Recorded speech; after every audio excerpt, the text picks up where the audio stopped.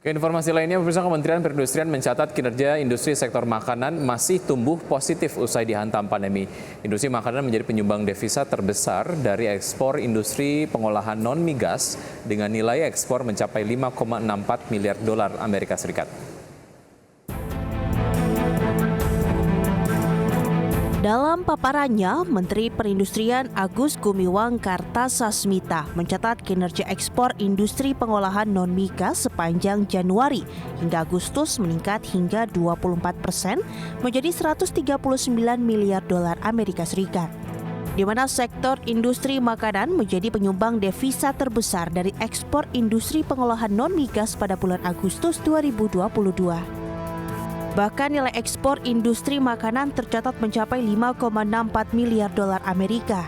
Menperin merinci jika dilihat dari faktor pembentukannya, nilai ekspor sektor industri makanan pada bulan Agustus 2022 didominasi oleh komoditi minyak kelapa sawit sebesar 3,92 miliar dolar Amerika yang berkontribusi sebesar 69,49, naik dibandingkan bulan Juli 2022 yang mencapai 62%.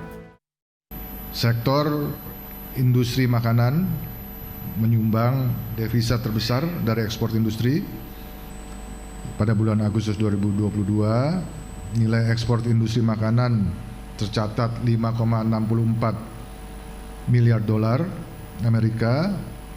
Ini terbesar dari sektor-sektor atau subsektor lainnya. Jika dilihat dari faktor pembentuknya, nilai ekspor sektor industri makanan pada bulan Agustus tahun 2022 didominasi oleh komoditi minyak kelapa sawit sebesar 3,92 miliar dolar. Sedangkan jika melihat dari data investasi sektor industri pengolahan untuk periode triwulan 2 tahun 2022 mencapai 127,3 triliun rupiah atau naik sebesar 61% dibandingkan dengan periode yang sama tahun 2021.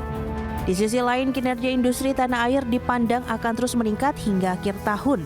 Hal ini juga didukung dengan adanya Purchasing Manager Index atau PMI Manufaktur Indonesia di bulan September 2022 yang masih ekspansif di angka 53,7 atau naik dari 51,7 di bulan Agustus lalu.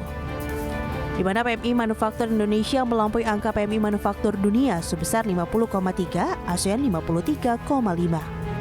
Dari Jakarta, Ade Firmansyah, IDX Channel.